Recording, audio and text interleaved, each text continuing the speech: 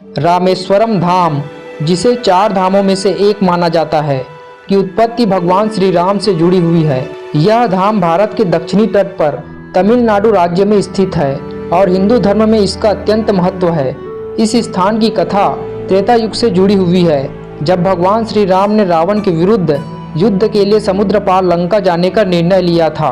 कथा के अनुसार भगवान श्री राम ने अपनी पत्नी सीता को राक्षस राज रावण के बंधन से मुक्त कराने के लिए अपनी वानर सेना के साथ लंका जाने का संकल्प लिया।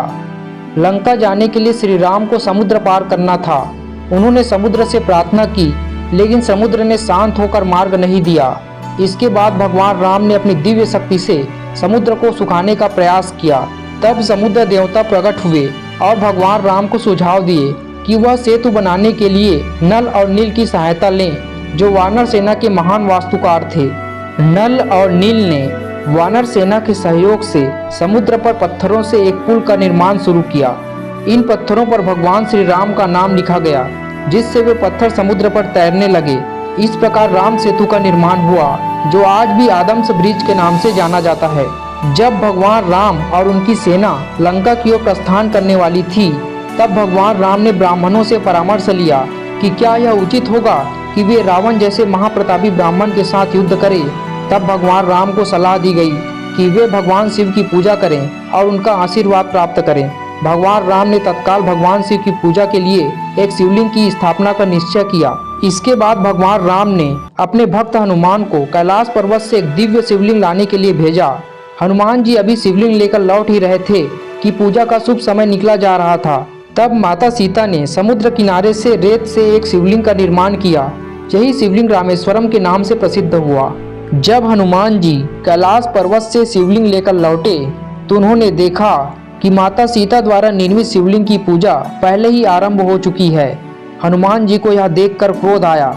तब भगवान राम ने हनुमान जी को शांत किया और कहा कि आपके द्वारा लाए गए शिवलिंग की भी पूजा की जाएगी और इसे हनुमत शिवलिंग के नाम से जाना जाएगा। इसके बाद से रामेश्वरम में 2 शिवलिंगों की पूजा की जाती है, रामेश्वरम और हनुमत लिंग। भगवान राम ने शिवलिंग की स्थापना करने के बाद शिव जी की आराधना की और उनका आशीर्वाद प्राप्त किया।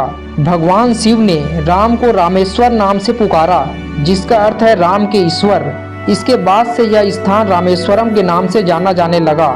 ऐसा माना जाता है कि जो भी भक्त सच्चे मन से रामेश्वरम धाम की यात्रा करता है और वहां गंगा जल से अभिषेक करता है, उसके सभी पाप धुल जाते हैं और उन्हें मोक्ष की प्राप्ति होती है।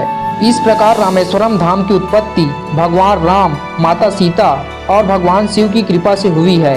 यह पवित्र स्थल हमें भगवान राम के आदर्शों, उनकी निष्ठा और भक्ति की याद दिलाती है। तो मित्रों, यह थी रामेश्वरम धाम की पवित्र उत्पत्ति की कहानी। अगर आप कभी दक्षिण भारत जाएं, तो रामेश्वरम धाम अवश्य जाएं और भगवान शिव और भगवान राम के इस पवित्र स्थल का दर्शन करें। जय रामेश्वरम धाम।